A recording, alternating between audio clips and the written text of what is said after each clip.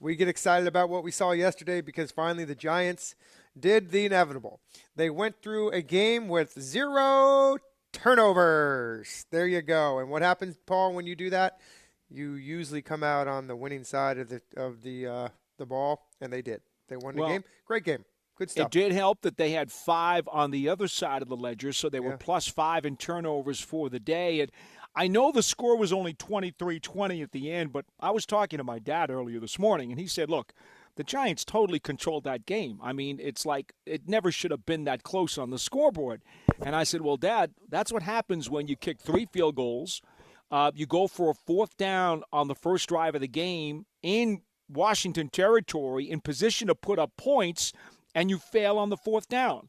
That's what also happens when you have somebody drop a pass at the 25-yard line in the 4th quarter when you're in position to add more points. So there's no doubt the Giants should have had a much more comfortable lead, and Washington never should have been within striking distance at the end of the game, but they were, and unlike what happened in previous matchups this year where the Giants could not hold on, they did. And the 2 interceptions by Martinez and Ryan in the closing minutes were just really heads-up smart plays by veteran football players who know how to win and were able to lock this one down.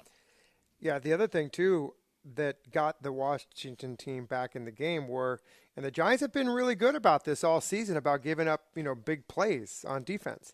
They gave up a 68-yard pass complete play to McLaurin, and then Sim. Where did this guy come from? 45, a 33, and a 32-yard play. Those 4 plays right there kept them in the game. But you can't take any away from the game other than you can't take those plays away, I mean. So the Giants, they did. They finally figured out how to hold on to a win. And how did they do it? By making big plays like you mentioned with Martinez and Logan Ryan, 2 veteran guys. And Logan Ryan knowing I had heard – yesterday on Coach Judge's press conference, I don't know if you heard it, Paul, but he had mentioned that they put that coverage in on Saturday, late Saturday afternoon, and something that Pat Graham had saw and wanted to install it, and it worked.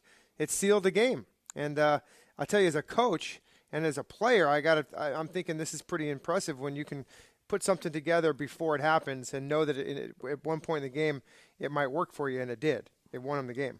Well, to specifically describe what the Giants did on the play, Logan Ryan was hanging out in center field, basically to the opposite hash mark of where the ball was thrown. And he was hanging and hanging and hanging and making it look like he was going to come in and zone the tight end, Logan Thomas, over the middle. But then just as he timed it correctly, he suddenly broke when he saw that Alex Smith was going to throw the ball to the left, that is the offense's left.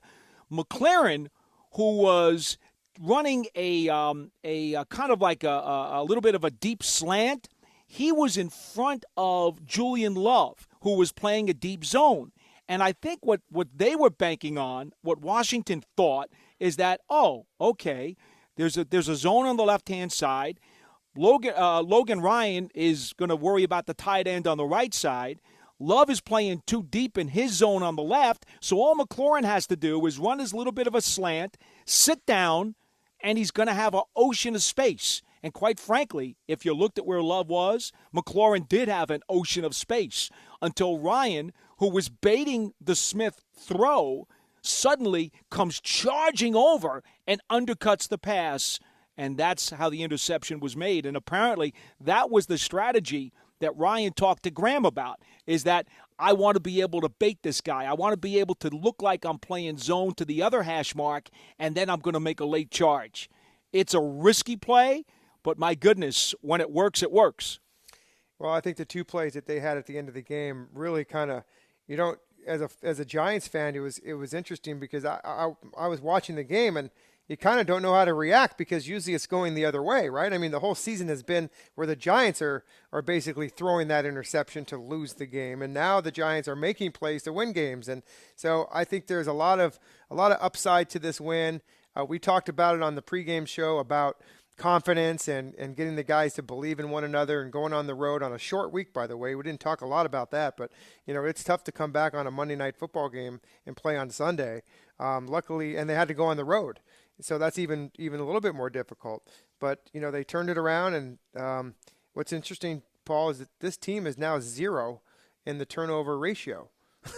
They're at 0 after getting 5, yesterday, which is amazing to me. But and also the development of young players.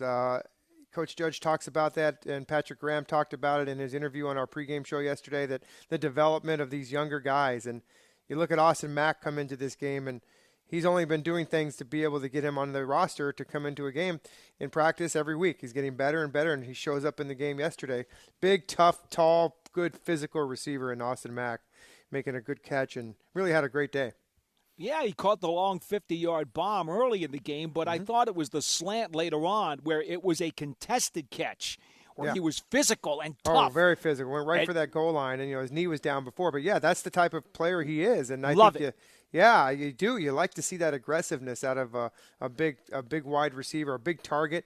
Speaking of targets, he was targeted 5 times and caught 4 catches. So, they had him in the game plan. And as Coach Judge says all the time, you're one of those 53 guys. You're going to play. You come to the game, you're going to play, and he did. Well, and that's what he brings to the table, and he did it at Ohio State for a number of years, and that's why I was so excited to get him here. Sure, yeah, and he's a big dude, man, and physical. I love to see it. So, a lot of good things. The running game again continues to get better. I think you got to credit that offensive line with the way that they're blocking, and 165 yards on 35 carries. Now that's not, I think both of. Let's see, 65. I got the stats in front of me, Paul. The rushing, Wayne Gallman had 68, and then Alfred Morris had 67. So between those guys, they had 25 carries for 135 yards. Yes, it is. There you go. Nice job. Hey, we do math on these shows. See, what I was simply going to say is the team ran for 166 yards, and only 4 of them came from the quarterback, which is very significant.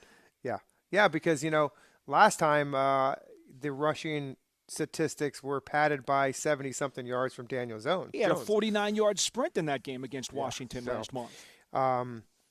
It's just good. I mean, you can see how we have talked about this team getting better and better every week. And, there are no moral victories, as we know. But us that we can analyze and look at this, we can talk about this all we want. We can say, this team is getting better and it's getting well coached. And I think the most important thing on both sides of the football is the coaches are now, I think they understand their personnel. They're getting to know them so well to be able to put them in positions to succeed and types of coverages that they can put them in or types of plays that Jason Garrett can design. And still, you got to clean up some things. You got to clean up some drop passes, Evan Ingram, things like that. He obviously had a tough time catching the football yesterday in a couple situations. One of them, which didn't turn into an interception, should have been, but they hit the ground. So, those are things where you got to button those things up. But you know what? He makes an excellent catch and throw from Daniel Jones to Evan Ingram in the end zone for one of those touchdowns. That was a beautiful play. Really, really beautiful play. And that's the kind of plays you want to see more often out of Evan Ingram. Great throw. Great throw. Good stuff. Sit in the pocket. Boom. Yep. The Giants had their, they had their tough time with that front 4 and for front 7 for I almost said it, the Washington team. The red team. You can call them the red team. That's okay. Yeah, close. Although I thought we did pretty good yesterday. I think I might have screwed up one time yesterday, but I don't think. Okay. Yeah, it's not bad. A lot better than last week or last time we played. The pass protection wasn't as good as it was against Washington last month when they only allowed 1 sack. Yeah. This time they were charged with 5. So clearly Washington did get after them a little more hot and heavy than they had in the past. But again, the run blocking was terrific. I want to throw props out to 2 guys while we have a chance here before we get to our phone calls. 201-939-4513. First of all, let's talk about what Alfred Morris did. Because you mentioned the 160-plus yards rushing. I mean, are you kidding me? 9 carries for 67 yards out of Morris, a guy who, had been on the street only a few weeks ago. And you remember during the pregame show yesterday, what did I say, Jeff? The interior running game. You've got to be able to run at the soft spot in the Washington defense. And where was it? Between the tackles. And outside of the one run where Morris went to the outside, for the most part, the Giants just pounded it right up the middle, through that soft tissue paper rushing defense that Washington has on the interior. I thought it was an outstanding game plan by the coaches to utilize Morris, knowing that he's big, he's physical, he's downhill, he's between the tackles, and that was the place they wanted to attack. Yeah, I like the changeup. I think they're both hard runners. You know, Gallman is a hard runner. He gets you those hard yards. And Alfred but not Morris as big. is a bigger guy. You know, a little bit lower to the ground. You know, just kind of a guy that'll hit both of them hit the holes quickly. I think you'll see a little burst, a breakaway speed from Gallman than you would not see from Morris. But I think, you know, having those two guys healthy and for the rest of the season going in, I think those are going to be a little change-up, 1-2 punch, and I think it's a good thing going for those guys. You know, yesterday with the offensive line and that running game, only had one negative run all day.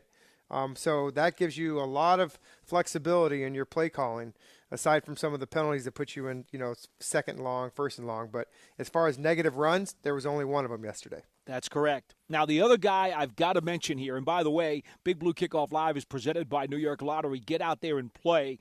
I have to talk about what Jabril Peppers did to recover that loose pigskin early in the game, as it was as slippery as butter and Nobody was bouncing wanted that. around. Yeah. Well, I think at least 5 or 6 guys got a hand on it, but here's what I want to say about that play, Jeff. Okay? Clearly, a play of that nature, if it goes the other way, it's a big deal because the other team is probably going to get some points out of it, and it really can change the entire complexion of the afternoon. But here comes Jabril Peppers, who was one of the last guys diving at the ball. In fact, because he was so late in getting there, he was not at the bottom of the pile. And yet somehow he dives into the side of the pile, shoves his arm under there, and scoops the ball out to the point where, as the referees are still unpiling the mass of humanity trying to figure out where the ball is, he's already standing 10 yards downfield, waving the ball in the air. I got the ball. The referees actually had to talk amongst themselves, and they're looking and like, oh, yeah, the Giant guy's got the ball. Must be Giant ball. What a great play by Jabril Peppers to ferret out the football. And, Jeff, come on, you played. I don't know how many times you were involved in a fumble scrum. Oh, never. Never? Not once? Ever? Never. No. Well, No. you know, we've talked about this before on the program. There are a lot of things that go on in a scrum because everybody wants that ball, and they all know it's not who got it first. It's the guy who comes out with it last. And Peppers, I swear at least 4 or 5 people must have had a chance at that, even when it was under the pile, and somehow he was able to scoop it out of there. I mean, you talk about a play. That's a big-time play from a guy who's got tremendous desire to win. Yeah, obviously he saw something where when he went into that pile, the ball was exposed and got it, you know. I mean, he's like a hawk going after one of those little chipmunks that we see all over the place. Man, he just scooped it and see you later. Big play. And then he made another big play at the end of the game. So, listen, the guy's a great competitor. He likes to, you know, he's very physical. He's a good leader, and that's all you can ask for a guy like that. I mean, that was a big play. It really was because, you know, Washington, they recovered that fumble down there. They're in the red zone, and they're going to come out of there with points, and they didn't. By the way, that was the first play of the game for Washington. That was their first play. Correct. Which was crazy. And I don't know who it was. I think it was Martinez that forced the fumble, didn't he? Wasn't it him and Logan Ryan that kind of hit him at the same time? I gave Logan Ryan credit for the forced fumble. Okay, yeah. I did. Yeah, unbelievable. But they were already across midfield, okay, and by the time that ball kept bouncing and bouncing and bouncing and bouncing, I have to believe they probably would have been inside the Giants' 25, maybe 20 at the time. Yeah. I got the play-by-play here. It's going to be inside the 20-yard line. I mean, Peppers actually was given credit for the recovery at the 19. Okay. So I suppose that's where it finally landed after the ball just kept bouncing and bouncing. Remember, it's a 20-yard gain for Gibson. That takes it to the Giants' 45. So that ball traveled approximately 25, 26 yards while people are just diving after it, trying to catch that loose hog in the middle of a rodeo. That's right. First and 10. I'm trying to look at. I think it was at the 19. It was. Maybe. Yeah. It was. Yeah. So officially, that's what it was. So, yeah. Jeff, then, anything else before we get to the calls? Real quickly. You got a takeaway from the special teams yesterday. So that's another positive Madre Harper comes up and recovers a punt return fumble, and gives the Giants another takeaway, and comes from field position. And Giants, they turn those into 10 points right away, so that was a good thing. And then so no, that's about it. Yeah, I think we've covered everything. Right. I'm just looking at my notes. I'm sorry, that's why I'm stuttering. No, bit, so. and again, as expected, talked about this on the pregame also, Washington's return game was very suspect. Mm-hmm. They were in the bottom 5 in the league in punt returns and kickoff returns. The Giants had to dominate on special teams, and getting that turnover like they did with Harper is certainly a way to do that. So to me, the game really, 90% of the game went as prescribed. Mm-hmm. The only problem was the Giants didn't have a bigger cushion, on the scoreboard, because they should have, but they didn't. Again, 90% of the game went exactly as prescribed, and that's why they were able to win. And now we will see what happens on Sunday night. Sunday night, I said nighttime. It's actually a 1 o'clock game when the Philadelphia Eagles, coming off of a bye week, will be at MetLife Stadium which is going to be at this point in the season when you're 2-7, I mean, there isn't too many big games. This is a big game this week, boys. This is a big, big football game. Time to get off the snide with this Eagles team. It's in the division. The Giants are 2-2 in the division. They can go to 3-2 in the division. God only knows, you probably do, when the last time the Giants were even close to being 3-2 in the division, in a season where this division is horrible. So that's a little positive take on being 3-2. That's something to be above 500, right? Be 3-2 in the division and still have a chance. Because, by the way, you look at this Eagles team, they're only 1.5 games ahead of the Giants right now? Well, the Eagles, because they've had the bye week, and they also had that crazy tie against the Bengals. Yeah. And by the way, how ironic would it be if at the end of the season it's that Eagles tie that winds up giving them the NFC East title? Yeah, it could. I know. Don't laugh. That's why Jeff. That's why they say a tie is better than a loss, right? I mean, definitely. Exactly. It's worth half a point in the standings, and right now, if you had to ask me, I would say that thing is looming very, very large for them right now. Mm-hmm.